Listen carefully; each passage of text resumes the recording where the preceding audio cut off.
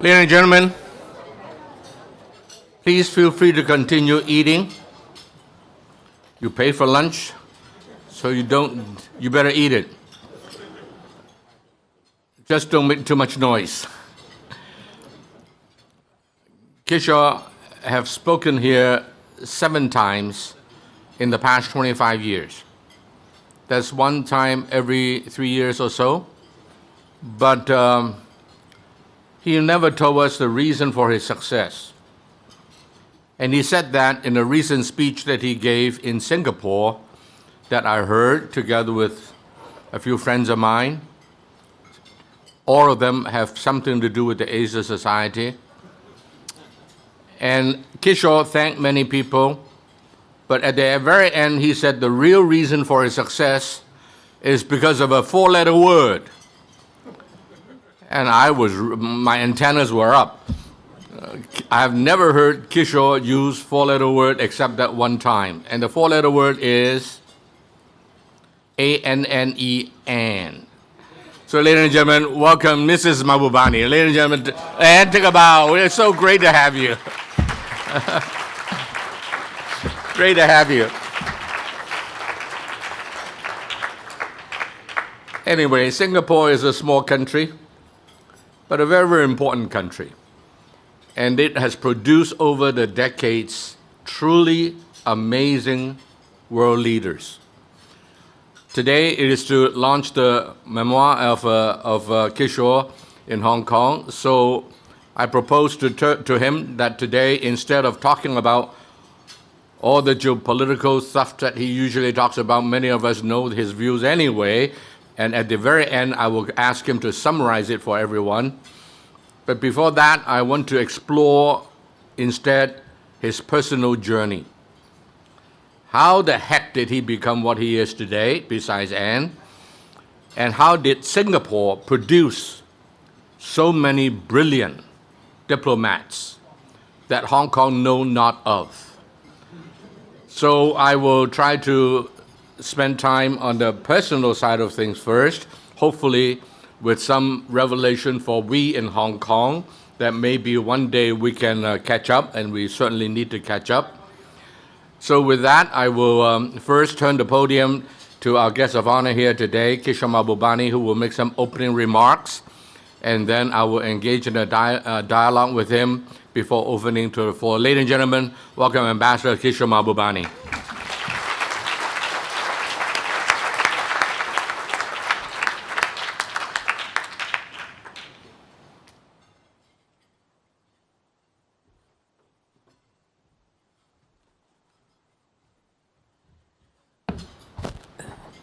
Thank you, Ronnie. That's a really, really warm and generous introduction, but I have a complaint about Ronnie. My punchline was going to be the 4-letter word. But obviously Ronnie and I are on the same mind. But anyway, it's such a pleasure and delight. As Ronnie said, I've been here so many times. I feel like this is my second home, being here at the Asia Society in Hong Kong. And I'm very happy to launch these memoirs here, Living the Asian Century. So what I propose to do in the brief time I have here, in about 5 or 10 minutes, is to try and explain why I wrote these memoirs at this phase in my life, especially after I turned 75 last year. And when I reflected on my life, I realized that I had been in some ways quite privileged. Because if things had gone the normal way, I shouldn't be standing here talking to you. When I was born and brought up, a different destiny awaited me. And when I was born in Singapore in 1948, in a very poor third world developing British colony called Singapore. And my family also happened to be quite poor. So we went through a lot of hardship. In fact, at the age of 6 months, the doctor told my mother, "You've lost your son. He's gone." I had a severe case of diarrhea, and the doctor said I wouldn't survive, but I survived. I made it to the age of 6, and when I went to school at the age of 6, when I arrived, they weighed all the boys coming in, And sure enough, when they weighed me, they said, okay, you're technically undernourished. So I was put on a special feeding program when I was 6 years old in school.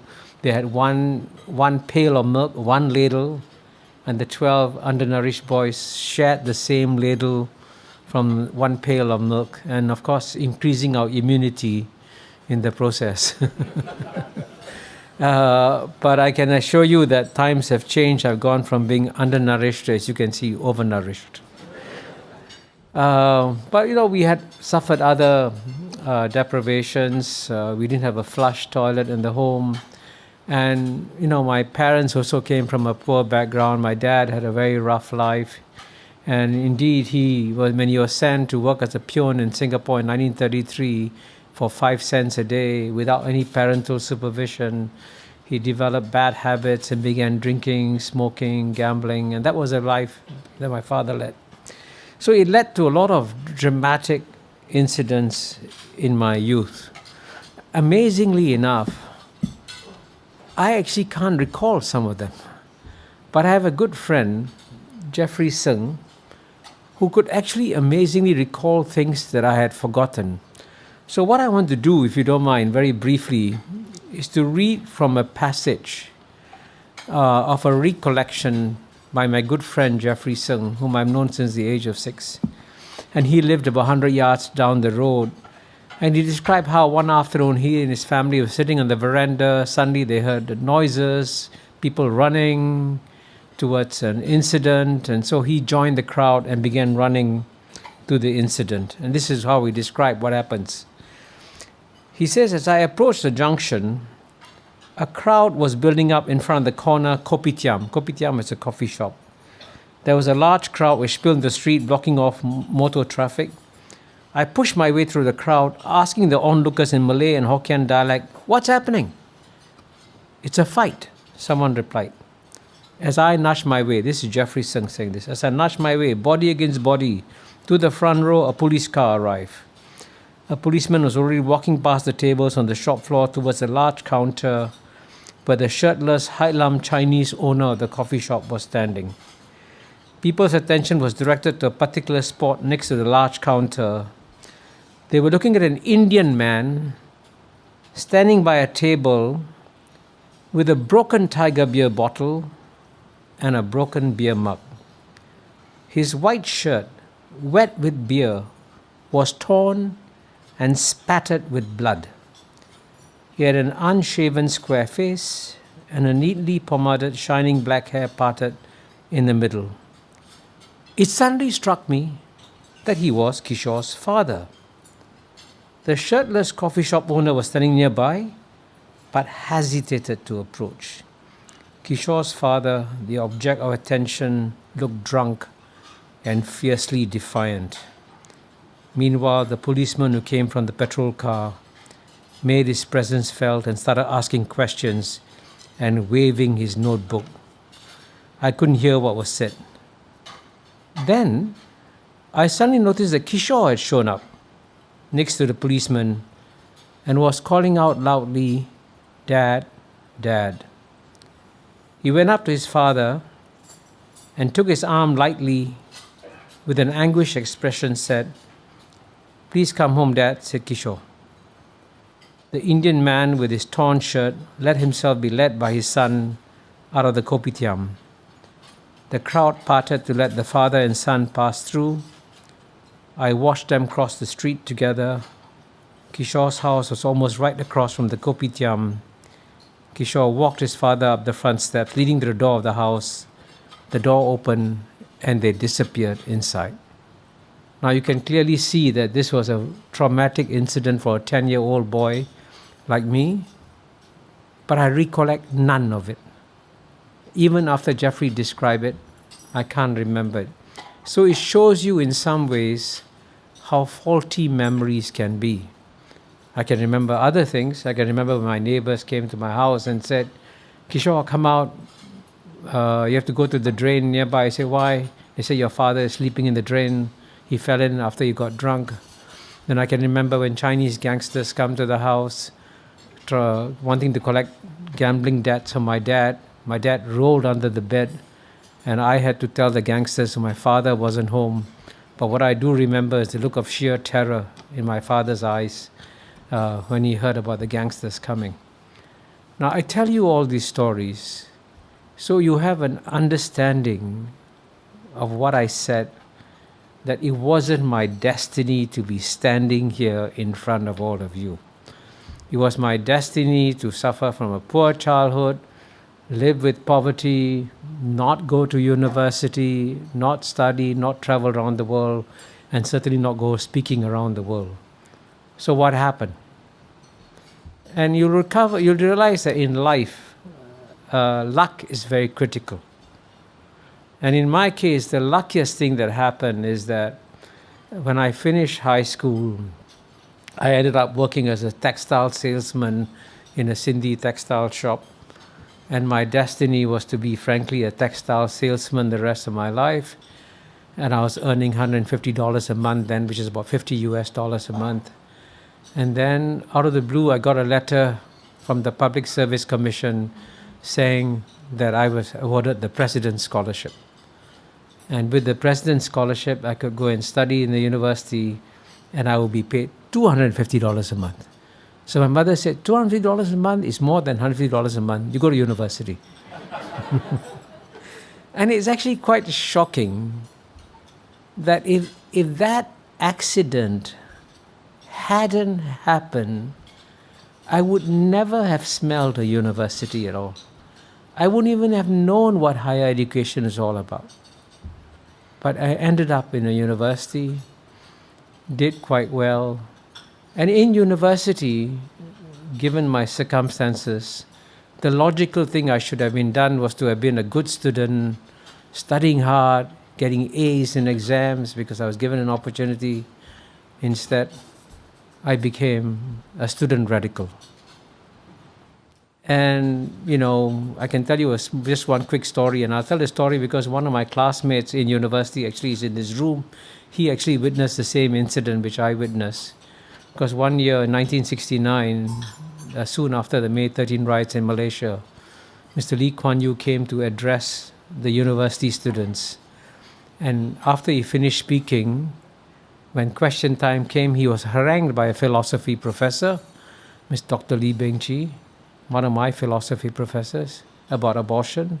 Mr. Lee Kuan Yew listened for a while, then said, okay, I've heard you, let's move on. So he told the chairman, Mr. Ara Naya, a young student, Mr. Chairman, it's time for us to move on. But there was a very brave young student chairman. He said, I am the chairman. I decide. We carry on. And at that point in time, Mr. Lee Kuan Yew stood up, pushed the student chairman off the podium, and said, I'm taking over. Mr. Lee Kuan Yew. Then, of course, after that, I was the editor of the student newspaper. I wrote an editorial said, I can understand why Mr. Lee Kuan Yew was frustrated. But when you start pushing chairman around, this is the slippery slope towards dictatorship. So I said Mr. Lee Kuan Yew could become a dictator. And after I wrote the editorial, I told my editorial board, let's sign the editorial together. My editorial board said, no, Kishore, this is so brilliant. Why don't you put your name on it? So foolishly, I put my name on it. But this turned out to be an amazing accident because that's how the founding fathers of Singapore, Lee Kuan Yew, Goh Keng Swee, and Rajaratnam, first heard of me. And I can tell you, if you read this book, you find that I learned so much for them. I wonder if I hadn't written that article, if I hadn't put my name to it, would I have been where I am today? So I hope what this book does, it tells you the remarkable transformation of my life from where I started and to where I have come. And I hope you will enjoy reading the story. Thank you very much. I look forward to being interrogated by Ronnie.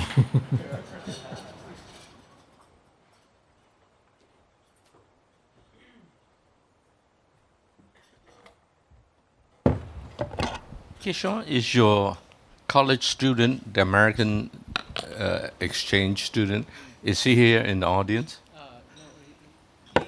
This American one-year visiting student actually flew from Colorado to Singapore for the book launch in Singapore on August 15th.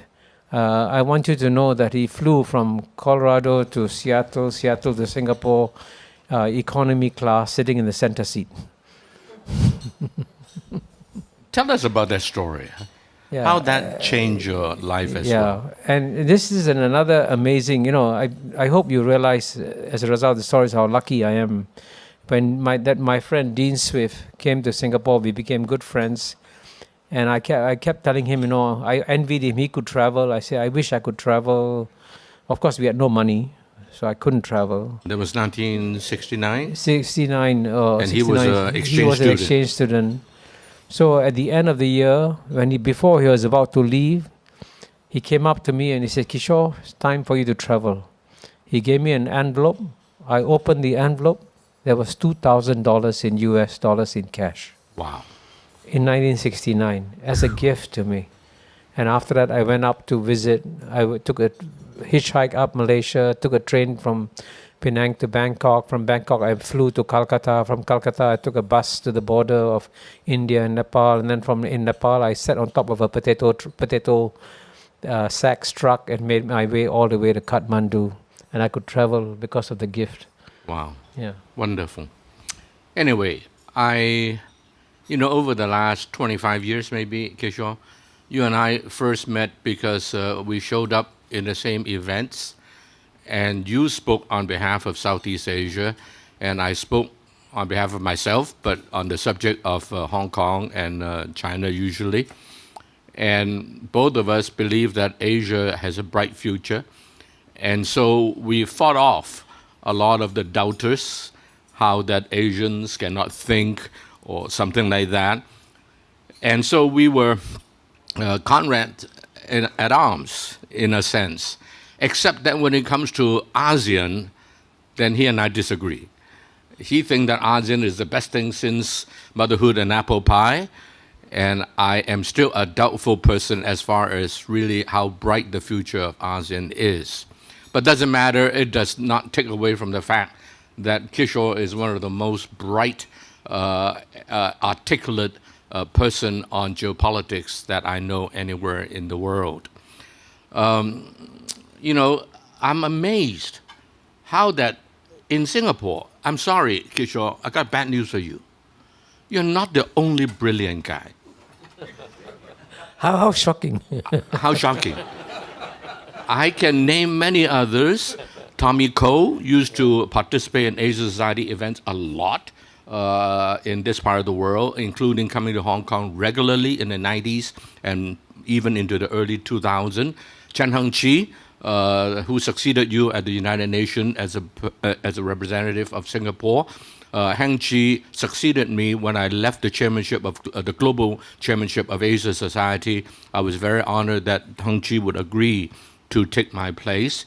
And then you have other people like George Yeo, who is equally brilliant.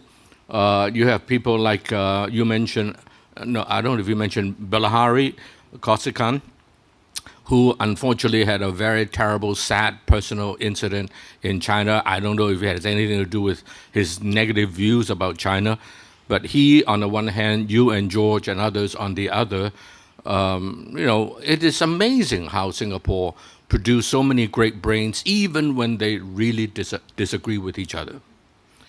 In Hong Kong, on the other hand, produce no such people.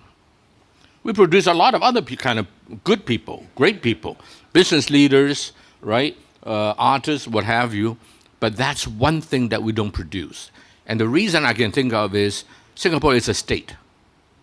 Hong Kong is never a state. Hong Kong is always just a city. And Singapore has Lee Kuan Yew as the leader, and then you have Goh Keng Swee and Rajaratnam that you mentioned also. Those are truly brilliant people in the last century. And Hong Kong have no such privilege of learning from such great minds. So tell us, why can Singapore produce such great minds in geopolitics? Well, great question. I'm just a quick side note on ASEAN. As Ronnie pointed out, we have different views on ASEAN. There's one statistic that everyone in Hong Kong should know. In the year 2000, Japan was the second largest economy in the world, as you know. And at that time, Japan was 8 times bigger than ASEAN. Now Japan is about 1.2, 1.3 times bigger than ASEAN. And by 2030, ASEAN will be bigger than Japan, what was the second largest economy in the world. And I tell that because I know some people in Hong Kong are worried about Hong Kong's future, what your future might be. One growth area that is very close to Hong Kong, that Hong Kong can tap on, that would welcome Hong Kong, is ASEAN. So that's why I would say people in Hong Kong should pay attention to ASEAN. Now, on why Singapore has produced, you're right, very, very talented diplomats in many areas. I think the key difference is that Singapore had to undertake a very tough political struggle to get to where it is today. So if you read Mr. Lee Kuan Yew's, as you know, Mr. Lee Kuan Yew's memoirs are fascinating. I think Mr. Lee Kuan Yew acknowledges that the struggles that he went through forged how the man he became. So as you know, he lived through the Japanese occupation of Singapore, which was brutal, really, and he'll tell you some amazing stories in his memoirs. And then he had to live through a British colony, not too bad, but still Singapore struggled against British colonial rule. And then we joined Malaysia in 1963 and ended up having a very acrimonious divorce with Malaysia. Within 2 years. Yeah, which was also another struggle. And when Singapore became independent in 1965, the British media unanimously said Singapore is going to fail because this is a city without a hinterland. And as you know, the leaders of Singapore cried when Singapore became independent. They didn't celebrate, they didn't say hey pip hooray because they thought Singapore would collapse and fail. Including Lee Kuan Yew. Including Lee Kuan Yew. So you could see, therefore, that it was an immense struggle that the three founding leaders of Singapore went through, Lee Kuan Yew, Goh Keng Swee, Rajaratnam.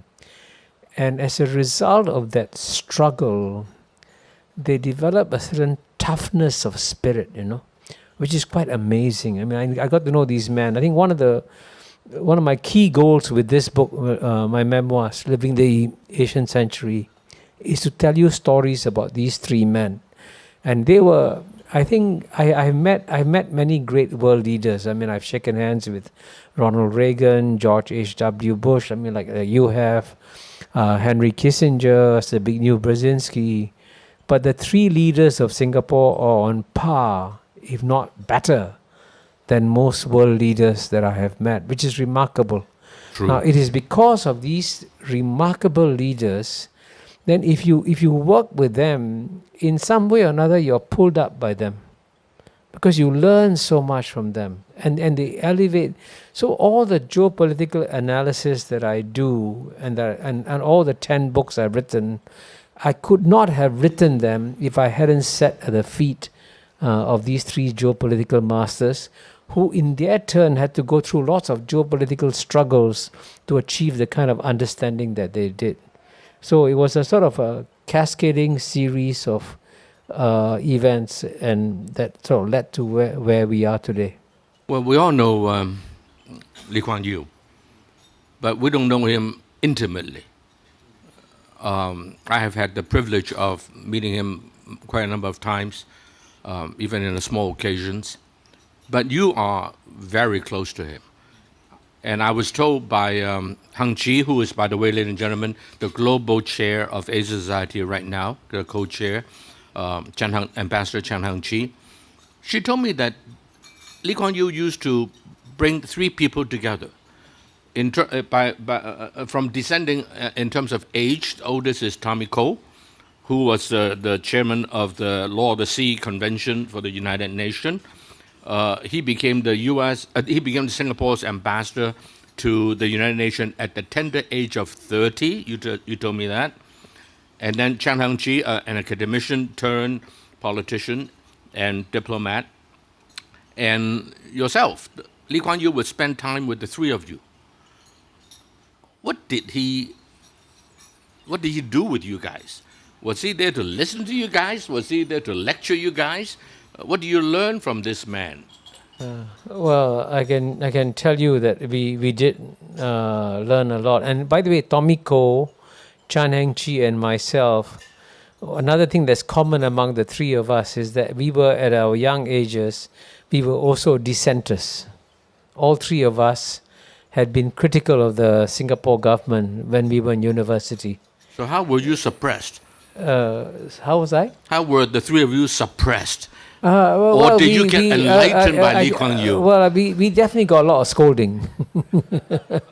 In fact, if you read my book, you'll find that every senior Singaporean has been scolded by Lee Kuan Yew. And whenever senior Singaporeans met, it's a badge of honor. You know what? How Lee Kuan Yew scolded me or not? That's why I'm no good, because he never scolded me. And so but the remarkable thing about Singapore is that even though the three of us were well-known dissenters, the government realized that we could be useful. And so they invited us to work with the government. So Tommy Koh went from being a lecturer in the law faculty to becoming ambassador to UN at the age of 30. Chan Heng Chi went from being a lecturer in political science to succeeding me as ambassador to the UN. And then I ended up working for the government because of my bond from the Singapore President's Scholarship. But you became the Singaporean ambassador to the United Nations at the tender age of 34. Most 34-year-old is, I hate to say this, but still wet in the pants. I was when I was their age. Were you wet in your pants? Were you? Well, I actually, I to be correct, I wasn't 34, I was 35, much older. It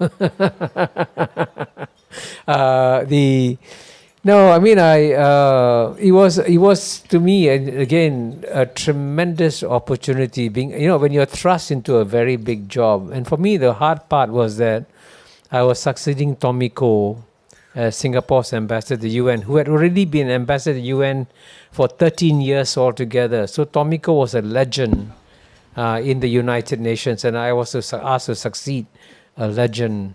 And the one lesson I learned is that when you're asked to succeed someone who's very, very successful, whatever you do, don't try to step into his shoes. Don't try to. I didn't want to copy Tommy Koh. I said Tommy Koh had a certain style of speaking. I would choose my own style. I wouldn't try to do what Tommy Koh does in the way that he spoke. And so I had to evolve my own character, my own personality, and my own way of doing things. But of course, nonetheless, it helped a lot that I was succeeding Tommy, because Tommy was so well known. Once I introduced myself and said, I'm the successor of Tommy Koh, everyone would open their doors to me. So in some ways, I also wrote on the coattails of his success. Sure enough, Kishore has a very, very effective style, including your style of speaking. And many of you know that I can be a little hot-headed. And I go pick a fight in the international arena for the last 40 years. And oftentimes, Kishore will be the gentleman sitting next to me, and I would be going with whoever, and Kishore would just sit there and smile, and after I finish, he would just speak one simple word in my support in a most gentle way, and the other guy wasn't defeated by me, defeated by Kishore. And his style, I call it killing me softly. I don't know, Anne, if that's what happened to you too, but it's none of my business. I better not delve into that. But your style is certainly very good. Just a little story. One day I got a phone call when I was the vice chair of Asia Society. The chair at that time was Richard Holbrooke. He called me up. He said, Ronnie, I just want to let you know that we have appointed Orville Schell to a position at the Asia Society, knowing that Richard knows very, very well that I would be very upset to have appointed that guy into a position. at Asia Society, of which I was the vice chair. So he did it after he appointed him because somebody gave us a lot of money to endow a chair. So Orville and I have known each other for 35, 40 years. We always disagree. I still remember hosting him lunch, he and his wife, in San Francisco when he was still dean of the journalism at UC Berkeley, trying to change his mind. I never changed his mind. But the best moment I've ever seen happen to Orville Schell was when he interviewed you in New York at the Asia Society. For those of you who haven't watched that, I encourage you to watch it. And Orville was hot-headed about China is bad, China is this, and then Kishore just killing him softly, did the job bloodlessly, except that when he walked out of the door, suddenly somebody found that there's blood all over him, such as the Chinese saying, 刀不血刃. But anyway, so when did you discover that perhaps you are meant for greatness? At a 10-year-old, you can pull a bloody father drunk in front of everybody and the policeman, and you can just gently let him back home. Did you discover your greatness that day? You don't even remember it. So was there some moment that you discovered, perhaps I'm meant for greater things? Was there such a moment?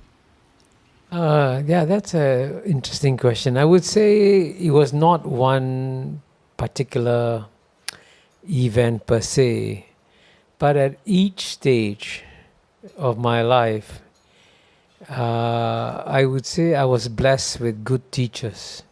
So I describe in my book, for example, and I didn't go to actually I applied to join the best school in Singapore, Raffles Institution, and I was rejected not once but twice. Why? Your grades were not good enough? No, I wasn't bright enough, so they rejected me.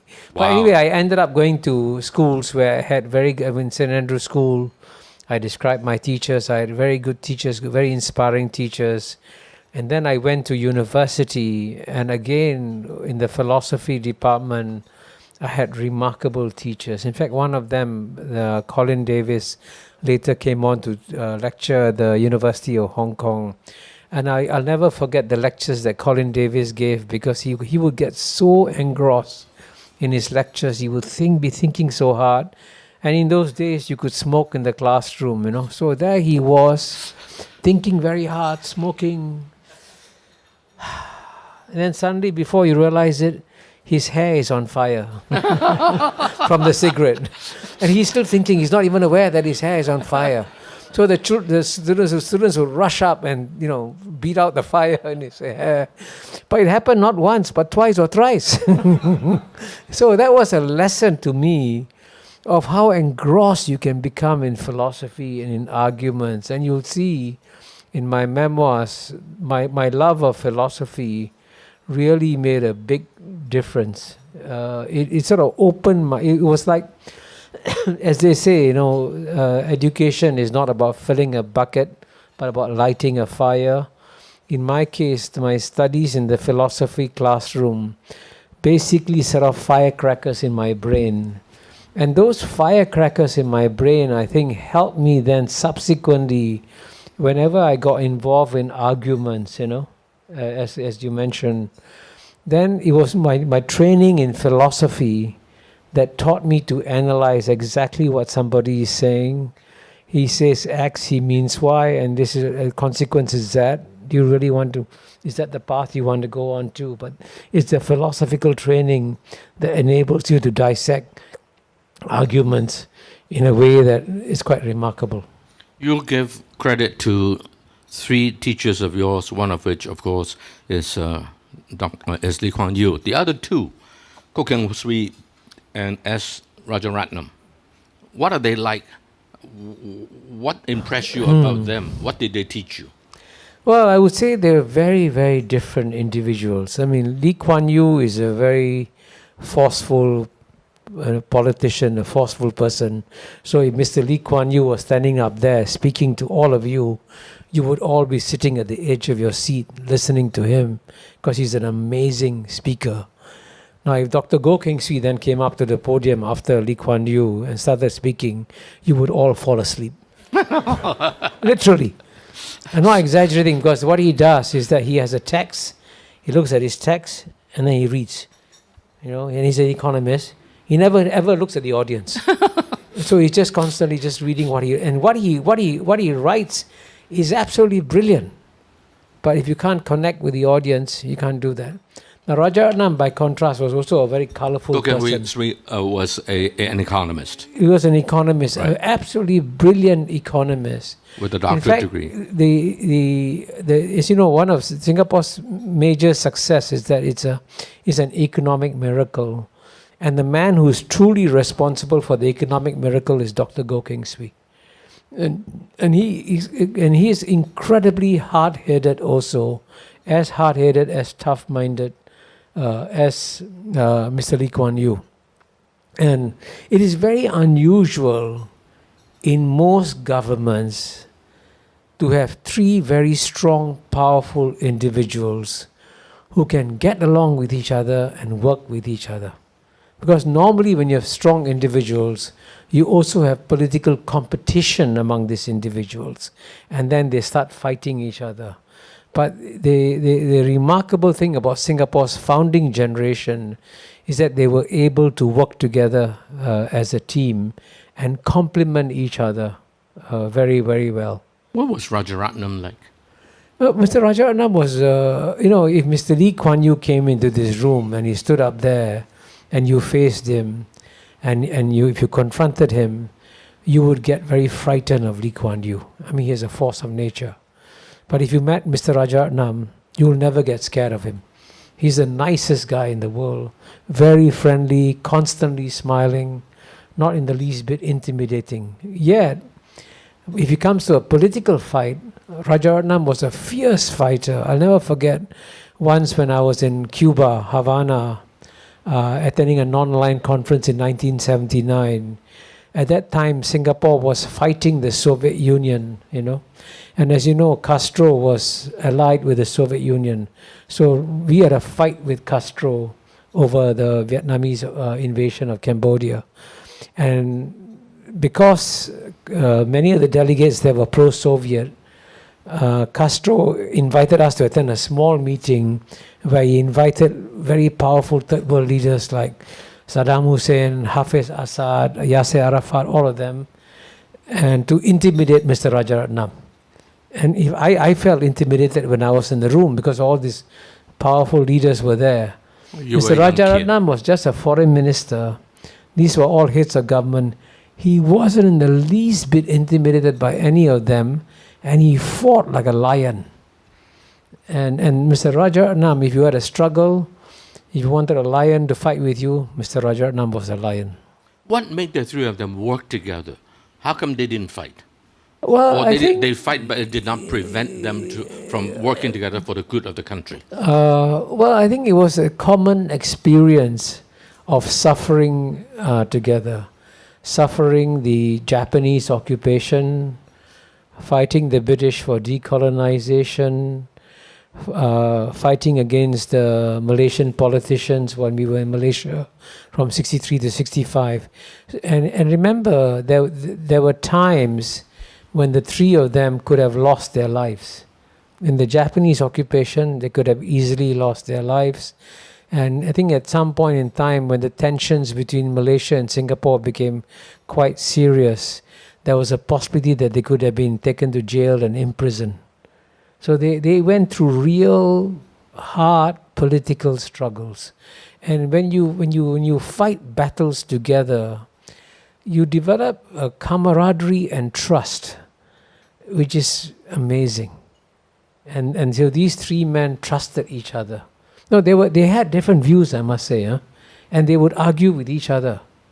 And they would be very blunt and direct towards each other in the arguments. And I actually was present sometimes when they argued with each other. Now I know what's wrong with Hong Kong. We didn't have to fight. In 1997, everything was prepared by Beijing for us, and the British were left with little choice. And so Hong Kong became part of China again, like since time immemorial. And it's too easy. And so we didn't have any struggle, any fight. I'm not proposing that we Hong Kongers should go through a tough time. I'm very thankful that Hong Kong was able to return to China in a very, very peaceful way. But that comes with its baggage, as we all know. From your perspective, Kishore, looking from the outside, and as a friend of Hong Kong, I know you. We have known each other for a long time. As a friend of Hong Kong, what can you advise us?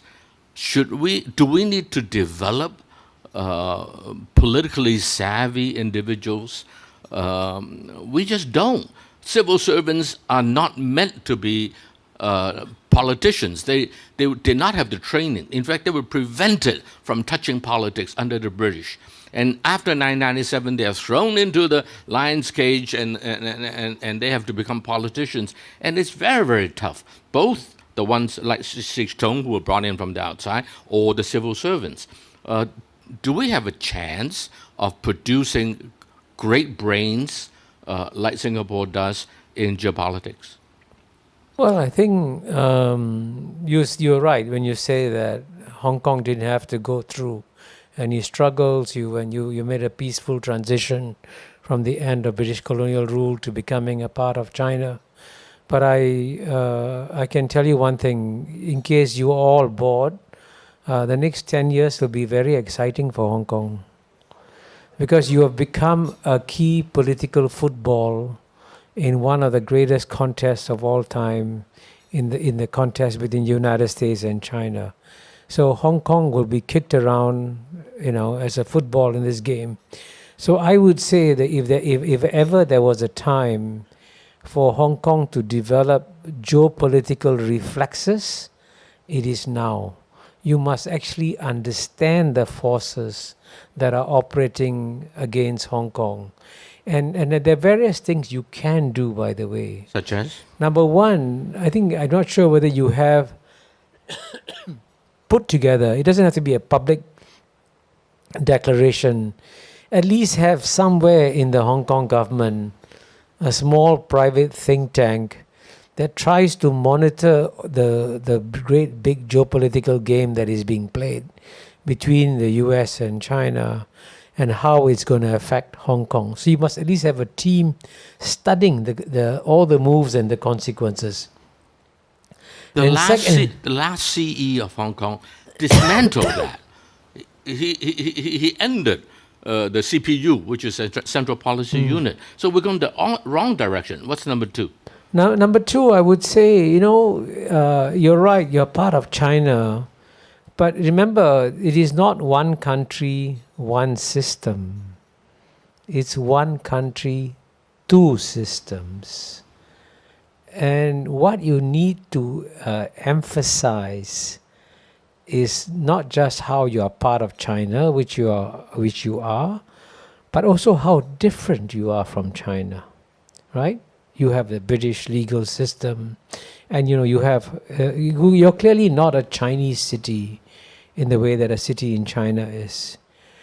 And what you can do to help deflect the geopolitical pressure coming towards you is to emphasize that you are different, and that you are, in a sense, you're part of China, but also have a different system. And as a result of that, at a time when American politicians are trying to isolate and bring down Hong Kong, you can become a magnet for global talent. And the global talent will come here because they're, on the one hand, interested in China, which is frankly still the world's fastest growing economy overall in many ways, and at the same time want to live in a place that is close to China and yet also different. So at a time when many of the major Western countries are shutting their doors to global talent, United States is, Donald Trump wants to close the border, even Canada, the world's most open country, Justin Trudeau just announced he's going to raise immigration barriers. So that there's a tremendous amount of human talent in the world. So just as I was a young boy in a coffee shop with no hope of going to university, but I ended up going to university and then succeeding. There are lots of young people like me in the world who are looking for opportunities. And Hong Kong can attract that global talent. And if you can do so, if you become a magnet for global talent, then frankly, that will create a self-reinforcing virtuous circle that will strengthen Hong Kong. You use a phrase that in passing, that I don't know if, ladies and gentlemen, you guys pick it up. I did. And the reason I pick it up is because it's exactly the same thing I've been saying for the last couple of years, and I find no resonance among my friends in Hong Kong. You said that U.S. is trying to bring down Hong Kong. We are collateral damage. We're not the main target.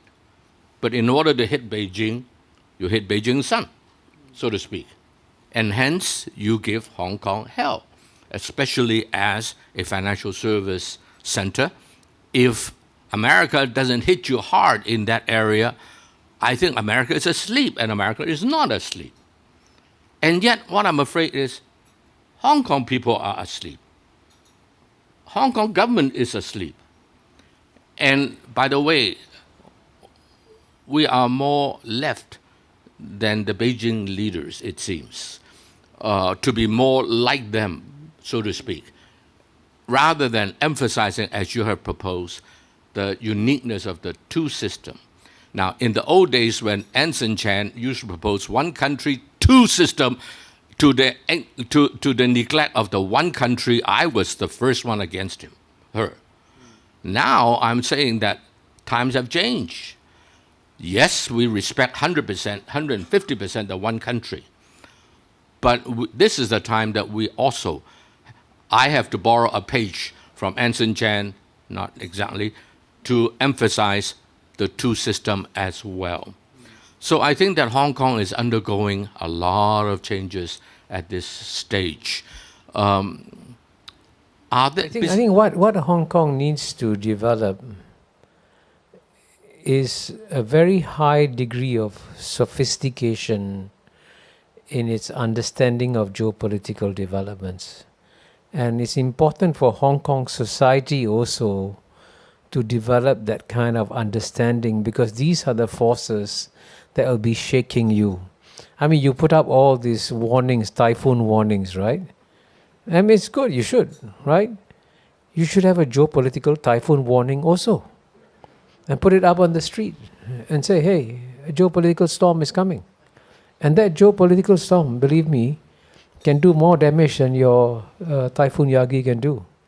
So, but you got to develop, therefore, the antenna, the capacity to understand what is going on, what is the game that is being played.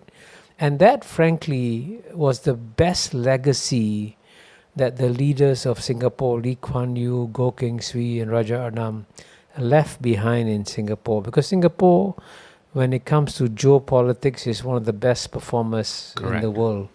Because we know how to manage all the great powers. In fact, even as you and I are sitting in this room talking, I was just on CNBC from 11:30 a.m. to 12 noon talking about the visit of Prime Minister Modi to Singapore. You know, and Singapore is such a small country, and yet many of the world leaders come to Singapore to interact with Singapore. So clearly we know how to engage the great powers and how to deal with them. And that's something also that Hong Kong can and should develop now. I can assure you, Kishore, Hong Kong does not have those kind of talents. If anybody know anything along that line, it's already in this room, because they are my friends. And I am amateur, they are amateur. Are there people in Singapore we can engage to advise us, help us? Can you give us a few names, at least half as good as Kishore Mahbubani? Are there such people? No. I mean, this is actually something that you have to struggle with yourself. I mean, you know why? It's if you don't feel the struggle yourself, you won't be able to understand the consequences that flow from it. So you have to develop it internally, and sometimes you will succeed, you will make mistakes, but it's actually the process of making mistakes is when you learn from what you do. So Singapore clearly has made lots of mistakes too, but it's from the mistakes that we learn what we did right and what we did wrong. You know, Kishore, you and I agree that the world is a very cruel place. You said something in your book, page 85 or something, that Tommy Coe disagree, but I'm with you on that point. That is, the international arena is a jungle. There are laws, there are rules, tribunals, and conventions, and this and that. But they are only there as tools of the major powers. And it is very much a jungle, as you have described. But Singapore, on the other hand, was able to do things that are against the bigger boys. And you do things that are politically incorrect. And Lee Kuan Yew didn't give a damn about it. And he insisted on it. For example, Singapore's educational system, while educating every man and woman as much as possible, they also are very elitist. Today, in much of the world, including Hong Kong, if you were to use the word elite, that we are the elitist, we train elites, you will be banished. And Singapore is able to do that. Has Singapore lost that edge today because you are now wealthy? Or are you still bucking the trend, pushing the envelope, in doing what makes sense, frankly, common sense, and hence succeeding? Well, I think the good thing about Singapore is that we have in some ways made a very important transition. Well, in the early years, we succeeded because we had very strong, exceptional leaders, as I mentioned. And we've had, I must say, this is unusual, by the way. I mean, if you look at the United Kingdom, for example, you look at the recent prime ministers. I mean, Boris Johnson was a joker. His successor, Liz Truss, was a joke. I mean, you can see, therefore, if a country like UK has difficulty producing great prime ministers, Singapore has been very fortunate. We've only had 4 prime ministers and 4 exceptionally competent prime ministers. Very different, agree, but very successful in their own way. But this also reflects the fact that over time, as we have developed, we have also developed strong institutions in Singapore now. So, for example, in the early days when we started off, when I joined the foreign ministry, there must have been about 15 or 20 people in the foreign ministry. Now there are over 1,000, I believe, diplomats that we have. So we have grown significantly, and we have developed the institutional bench strength, plus what you might call muscle memory. So we remember episodes and how we handle crisis. I mean, in my book, I describe what happened when Mr. Lee Kuan Yew very bravely decided to expel an American diplomat in the 1980s. Now that's amazing. In those days, the United States was clearly by far the most important country in the world. Singapore was a little tiny dot, little tiny red dot, and we decided to expel an American diplomat. And that obviously is a very risky thing to do.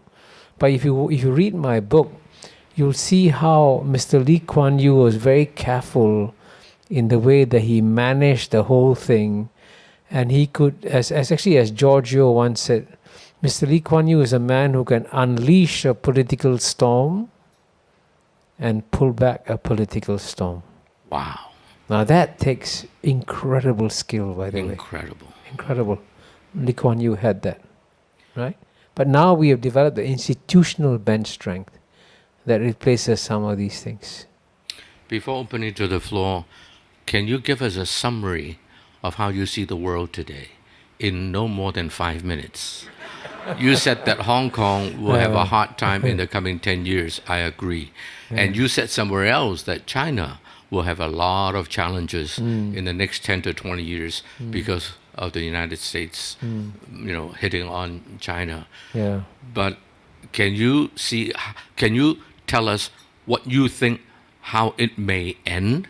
Number one. Number two, what about some of the other major players in the world, like Russia, like Indonesia, like India, Japan? Can you say a few words? Well, actually, to give you a decent answer, I must follow Fidel Castro and give you a 3-hour speech now. No, but I think if you give me 5 minutes, the thing that the key point I want to emphasize to everybody is, I'm very glad that I'm alive today, because I think you're going to see incredible changes over the next 10 years. The world is changing fundamentally on many fronts, okay? Right? I've spoken about the end of the era of Western domination of world history. That's happening as we speak. The return of Asia, that's happening as we speak. And all this is creating a whole new world order. Now, if I want to give a very brief summary of this world order, I describe it as a 3M world. 3M is not the company in Minnesota.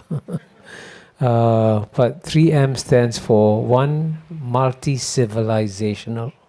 Multi-civilization. So because they're with the end of Western domination of world history, there are many successful civilizations in the world, including the Sinic and Indic civilizations, China and India rising clearly.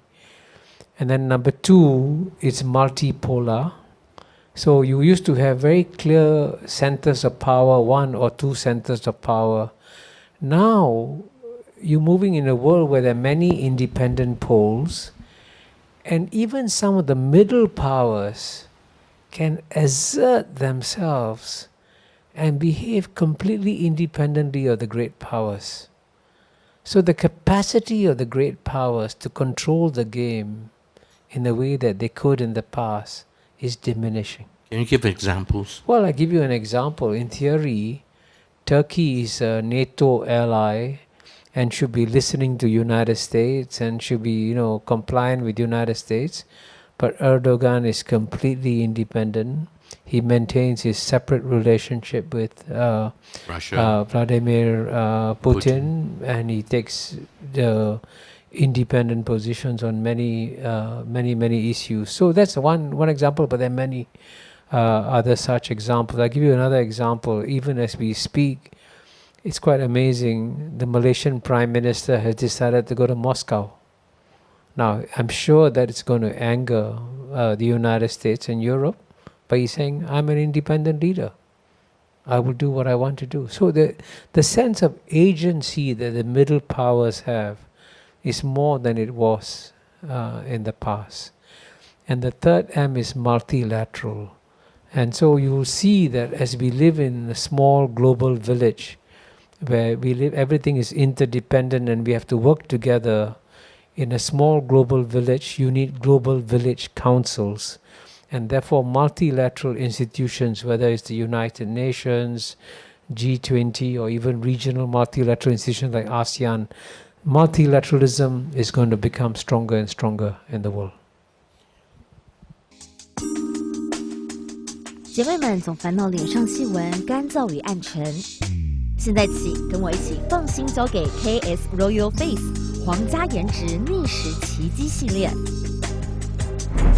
KS Royal Face 皇家颜值逆时奇迹系列，它添加5种 EGF， 专门防止肌肤老化，强化皮肤修复，增加肌肤弹性水嫩，轻松抚平皱纹，换回青春自信。KS Royal Face 皇家颜值逆时奇迹，护肤露、全效精华、精华霜，即刻启动冻龄密码。